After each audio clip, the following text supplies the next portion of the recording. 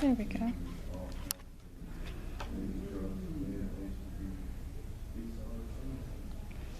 And your name, ma'am? Erma, E-R-M-A. I always spell it because people spell it wrong. I'm Erma Jones. And by being in this area, you have very few natives. And so I usually have to tell people I'm the foreigner if I'm in groups because we have very few native people here because I guess the influence of Virginia Tech. Yeah. And so everybody's always surprised that I was born here. I was born in Christiansburg. And so I went all the way through, Christiansburg, from the Hill School, started at the Hill School. Really? Yeah. And then went from there to Friends Elementary. Okay. And so we could see the high school, we could look and see things going on at the high school. And so one of the things I wanted to tell is that it was a 3-room building where our classes were. Grades 1 and 2 were in one room, grades 3 and 4, then 5, 6, 7. But in all of that, we not only did we get the 3 hours, but we had a lot of enrichment. And we always had someone who was able to teach us poetry or just in general, overall. And we did like operettas, and we would go down when we were at Friends Elementary. We would go down to CI, but then we would go over. I mean, I don't think we ever walked. I don't know how we got there to be on the stage. But we got a chance to be on the stage, and he was saying that the stage was in the basement. But I remember my uncle saying that the basement was the gym until they built the Scattergood. That's what he said. And I don't know how in the world they played, but the auditorium at Morris Bailey Hall was on the 2nd floor. Wow. And we'd go there and we'd have our operettas and all like that. And I asked one parent one day, I said, how was she able to do those? I mean, how were they able? That's because the parents were involved. That's true, yeah. And so with the parents being involved, we learned our 3 hours and all, and we put these big fabulous shows on. Oh, wonderful. Yeah, and yet it didn't seem to interfere with us learning. Yeah. Yeah, our learning went on. And another thing that people, we participated in just about anything that was competitive. And one of the competitions I remember was the UDC, the United Daughters of Confederacy,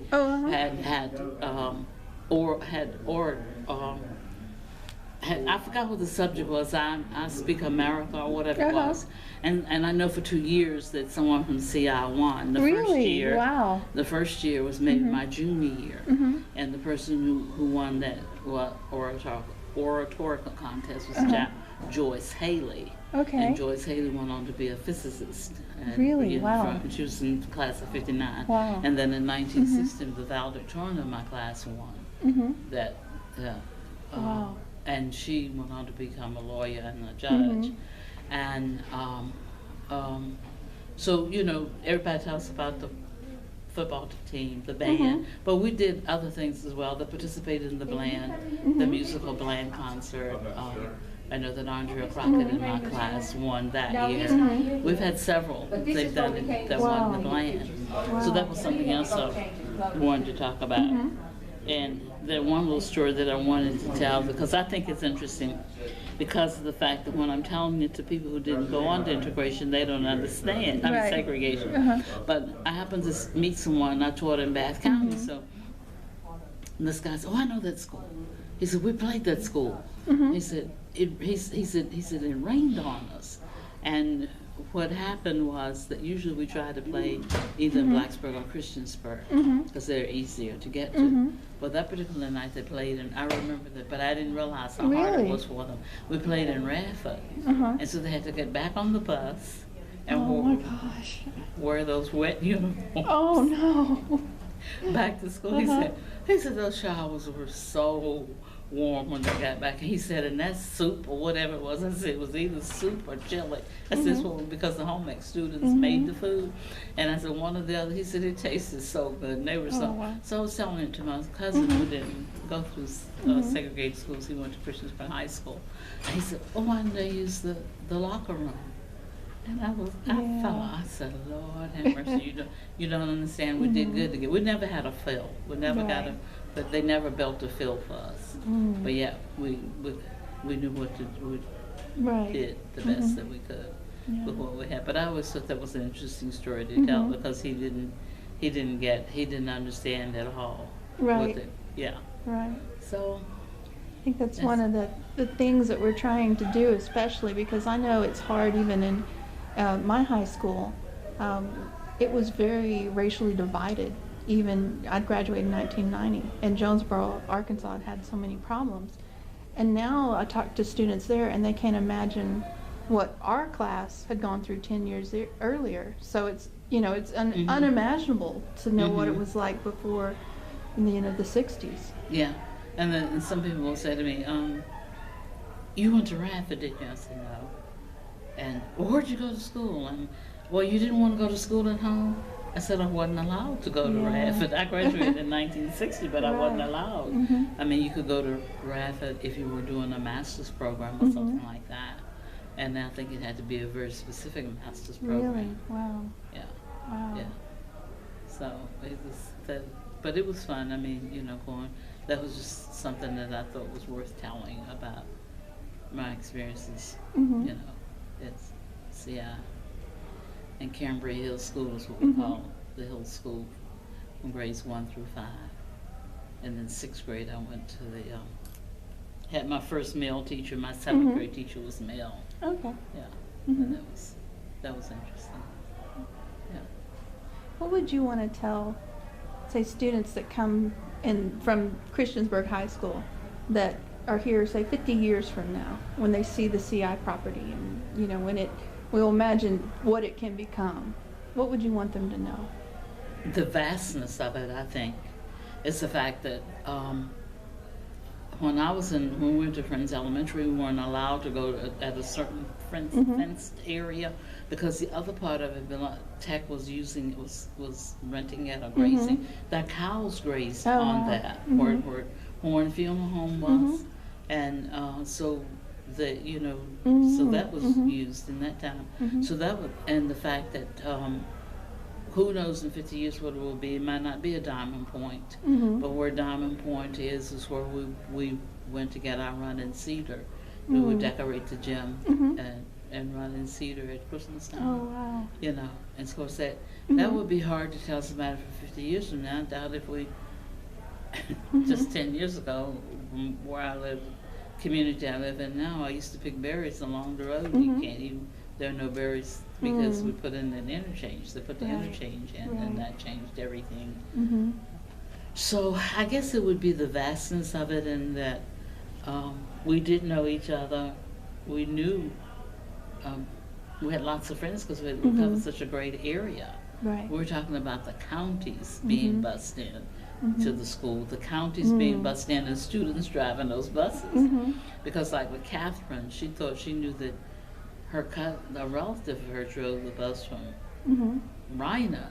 But I said, well, another person drove the bus from Wake Forest, the Wake Forest community. A student drove the bus. And then they said, well, who? Well, I started naming all the people who drove the bus when I was in high school. Wow. Because one time I took my cousin's kids to a part of Dublin up here, and they were going, oh, we're going up another. I said, they drove these mountains every day from Pulaski to Christiansburg, and I said, wasn't no 81 in those days. Wow. Yeah. And I said, the students were driving the buses. And they would always leave an activity bus down for them to participate if it was band, football, whatever. And then they would have to pack them like sardines.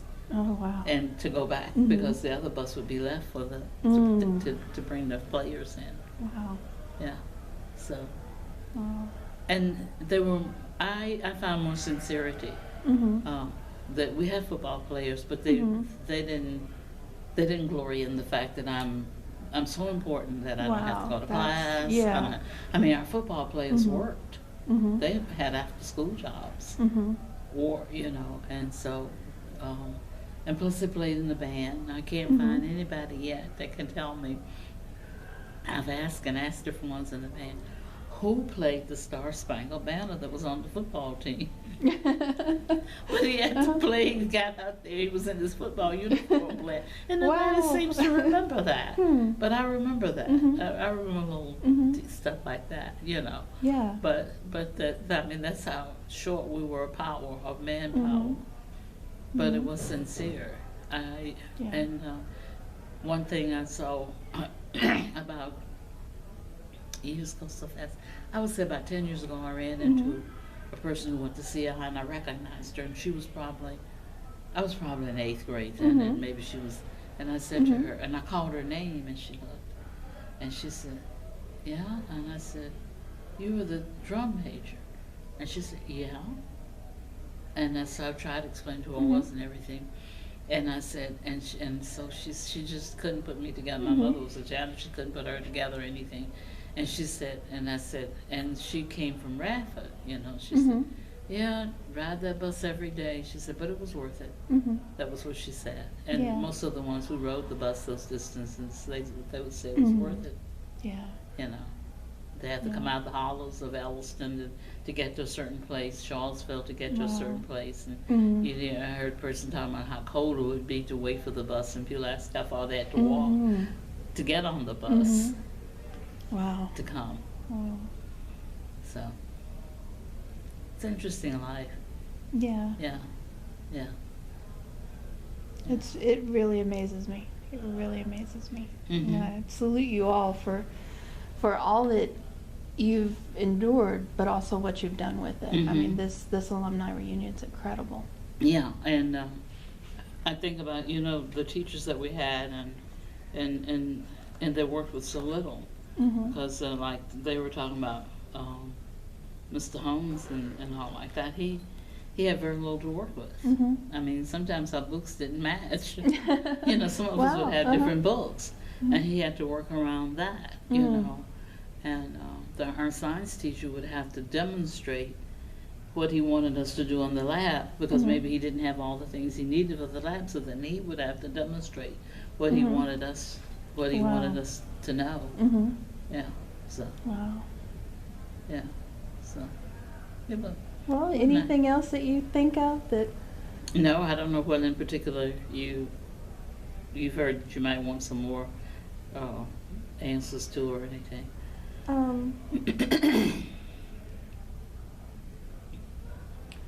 What would be your favorite memory? Cause see, I don't know. I guess looking down, I probably baccalaureate, because it was a community thing. So everybody, if they got an invitation, they considered that invitation to be personal. Okay. And for whatever person students sent it to them, they would get new clothes and everything, and go to baccalaureate. That was just the most. I don't know why, but they loved it. You know, And baccalaureate was that would be the worship service that you had at graduation. Oh, okay. And they kept that going until in Christiansburg they kept it going. There was a choice, you know, the freedom of choice if the kids wanted to, because we have so many ethnic groups now, and but they would still have a Sunday service. But ours was a big thing. It was a big Sunday Vesper service before the graduation. Wow. And I remember my mother saying that my uncle graduated in 1942, and that was the last. She said it was the last, but I think I heard the story so many times. I thought I remember a class knowing it. Okay. But the baccalaureate used to be at Schaefer Memorial. Okay. And they would walk from Christiansburg Institute to Schaefer Memorial Baptist Church, and they would carry their robes on their arm. Wow. And then when they get there, they would march into the church and have their baccalaureate. Wow. I think that would be the most interesting for me. And It sounds beautiful. it does. It was. It was a beautiful service, and our principal played the organ. Really? Yeah, Wow. he was an organ. Wow. Mr. Banks was pretty. He was very gifted. They don't give him credit too much. They give him hard way, but he could play the organ. We had an organ on campus, and he usually played the organ for us to march in for baccalaureate. He always liked to have something different, and so with us. With our class, because we had 60 students in our class, We started off with 70, but they started integration that January. Okay. And so we lost like 10 students, and we ended up with 60 graduates. And Right. he had us to form, the graduates to form in the shape of a cross Okay. and do the Lord's Prayer. And we did some kind of interpretation of the Lord's Prayer with candles. Nice. And, That's so beautiful. I remember Wow. that. So we always had some kind of worship thing, and we didn't pray, like people say, oh, they took prayer. It was a special service or something. It wasn't mandated. I don't Right. remember us praying like people say that we prayed in school. And even we had Bible, but that was, the parents had to sign for you. That Really? wasn't, Yeah. Bible was taught, but the parent had to sign even when I was in elementary school. Wow. Mhm. Wow. They had nothing to do with whatever everybody thinks Yeah. they took prayer out of school. Right. It was because we were a church school. I mean, and we still had some ideas from the Friends and the Quakers influence in the school, but Wow. it wasn't over. We didn't do something. I don't remember praying every day like some people say we did. I don't remember that at all. But that's. Yeah. So what is this going to be done for? Well, this is just, we're just trying to collect as many stories as we can so that we've got an archive of them. And then we're hoping, it's just right now kind of collecting it. I mean, the ultimate decision is for CI and CI alumni to decide how they want to use the stories and how the people that gift their stories want them to be used. So, but right now I think the focus is just on getting people's stories so that we have them and they're in a good form and they can be consulted. Because I don't know, I do genealogy work and working in history now. You start to just get these little scraps of things, and you just have to hunt so hard to find these little scraps, and you think, oh, I wish somebody would have written more down or explained something a little better. So we're just trying to create, more of an archive and kind of a treasure house for whatever is ahead. So I'm really hoping that, I want it to, personally, because I work with a lot of communities that are trying to tell their stories that haven't had the forum to be told before.